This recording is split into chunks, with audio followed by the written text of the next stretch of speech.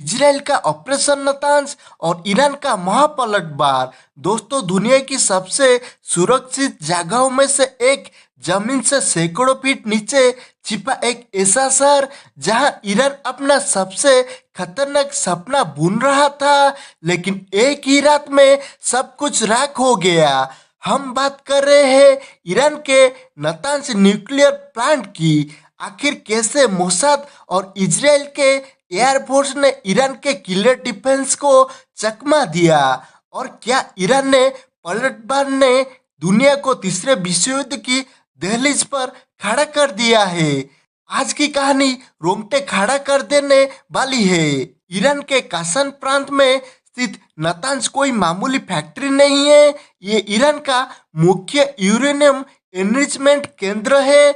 यहाँ हजारों सेंट्रीफ्यूज जमीन के नीचे गहराई में घूमते हैं, जो यूरेनियम को इस हद तक रिफाइन करते हैं कि उससे न्यूक्लियर बम बनाया जा सकता है। इजराइल के लिए नातांज एक टिक टिक करता हुआ टाइम बम है, इसीलिए सालों से ये प्लांट दुनिया के सबसे खतरनाक खुफिया एजेंसी मोसाद के निशाने पर रहा है। नातांज पर हमला किसी हॉलीवुड फिल्म से कम नहीं है। Number 1, cyber attack. सबसे पहले इजराइल ने स्टॉकनेट जैसे डिजिटल वायरस से यहाँ के सिस्टम को अपाहिज किया। नंबर 2, हवाई हमला। हालिया रिपोर्ट्स के मुताबिक इजराइल के F-35 जेट्स ने ईरान के S-300 डिफेंस सिस्टम को पूरी तरह जाम कर दिया।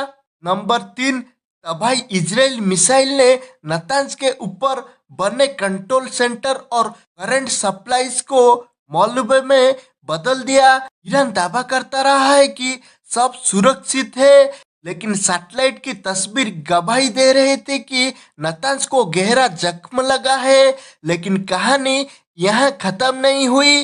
नातांज पर हमले के बाद ईरान ने अपनी मिसाइल सिटी के दरवाजे खोल दिए। ईरान ने इसे अपनी संप्रभुता पर सीधा हमला माना और शुरू किया ऑपरेशन रिवेंज। तेहरान से फतेह 110 और खैबर शेखोनो जैसे घातक मिसाइल इजराइल के तेल अवीव की ओर मोड़ी गई। ईरान का दावा है कि उसकी हाइपरसोनिक मिसाइल को इजराइल का आयरन डोम भी रोक नहीं पाएगी। सिर्फ यही नहीं, लेबनान से हिजबुल्लाह और यमन के हुती विद्रोही ने एक साथ हजारों रॉकेट दागकर इजराइल के आसमान को आग से भर दिया।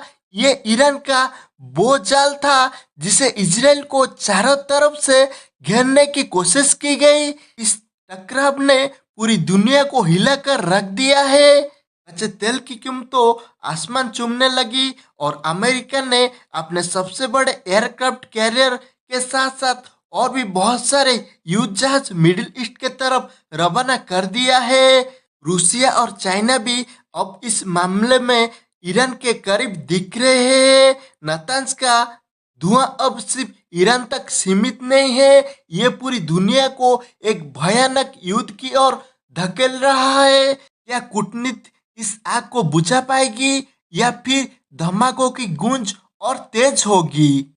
इजराइल की जीत और ईरान मिसाइल, इस जंग में जीत किसी की भी हो, लेकिन नुकसान पूरी दुनिया का है। आपको क्या लगता है, क्या इजराइल ने हमला करके सही किया या ईरान का पलटवार उससे भारी पड़ेगा? अपनी राय कमेंट में जरूर लिखें।